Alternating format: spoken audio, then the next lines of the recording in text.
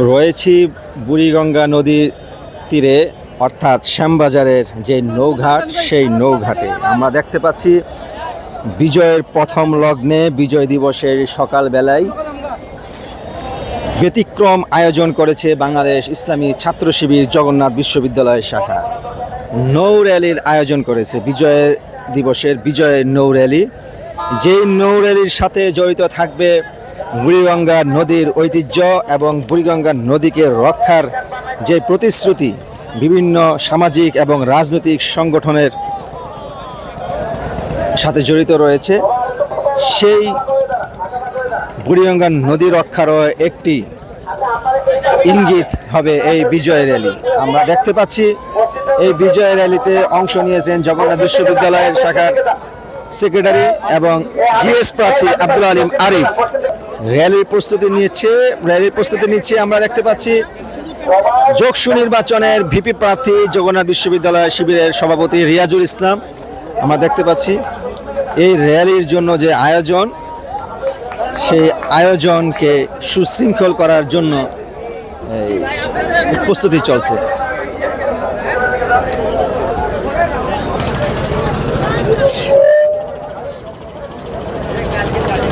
এই র্যালিটি শ্যামবাজার নৌঘাট থেকে শুরু হয়ে পোস্তগোলা পর্যন্ত অতিক্রম করবে, পোস্তগোলা গিয়ে শেষ হবে। ইসলামী ছাত্র শিবির জিন্দাবাদ, জিন্দাবাদ। ইসলামী ছাত্র শিবির জিন্দাবাদ, জিন্দাবাদ, জিন্দাবাদ।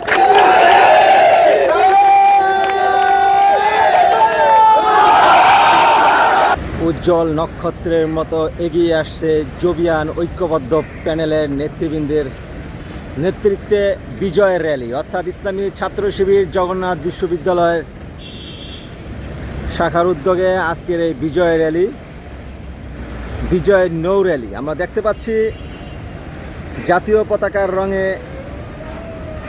নিজেদের রাঙিয়ে শ্যামবাজার নৌঘাট থেকে র্যালিটি বের হয়ে পোস্তগোলার দিকে অগ্রসর হচ্ছে। এই র্যালির সম্মুখ সারিতে রয়েছে ইসলামী ছাত্র শিবিরের কেন্দ্রীয় কার্যকরী পরিষদ সদস্য, জগন্নাথ বিশ্ববিদ্যালয় শিবিরের সভাপতি, যোগসু জগন্নাথ বিশ্ববিদ্যালয় কেন্দ্রীয় ছাত্র সংসদ নির্বাচনের যে আসন্ন নির্বাচন রয়েছে, সেই নির্বাচনের ভিপি প্রার্থী রিয়াজুল ইসলাম, রয়েছেন জিএস প্রার্থী আব্দুল আলিম আরিফ সহ জবিয়ান ঐক্যবদ্ধ প্যানেলের সকল প্রার্থীরা।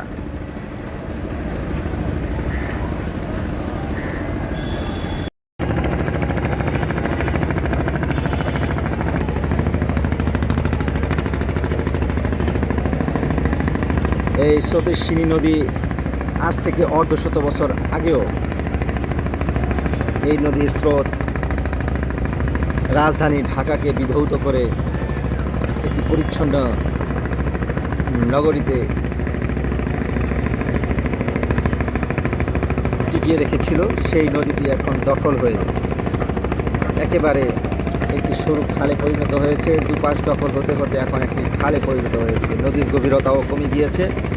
এই র্যালিটি নদী উদ্ধারের, এই বুড়িগঙ্গা নদী দখল মুক্ত করার একটি নতুন ইঙ্গিত, যেটি রাজনৈতিক এবং সামাজিক অঙ্গনে এটা একটি ব্যাপক প্রভাব বিস্তার করবে বলে আশা করে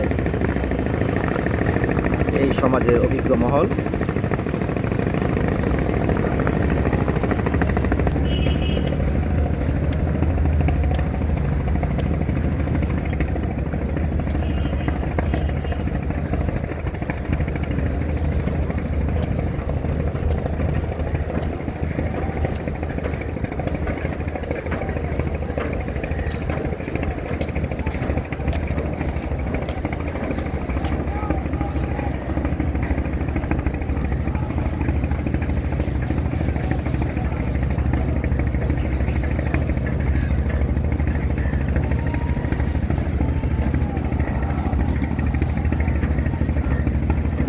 নদীর বুকে তাদের তাকবীর ধ্বনি দিয়ে এগিয়ে যাচ্ছে পোস্তগোলা ব্রিজের দিকে।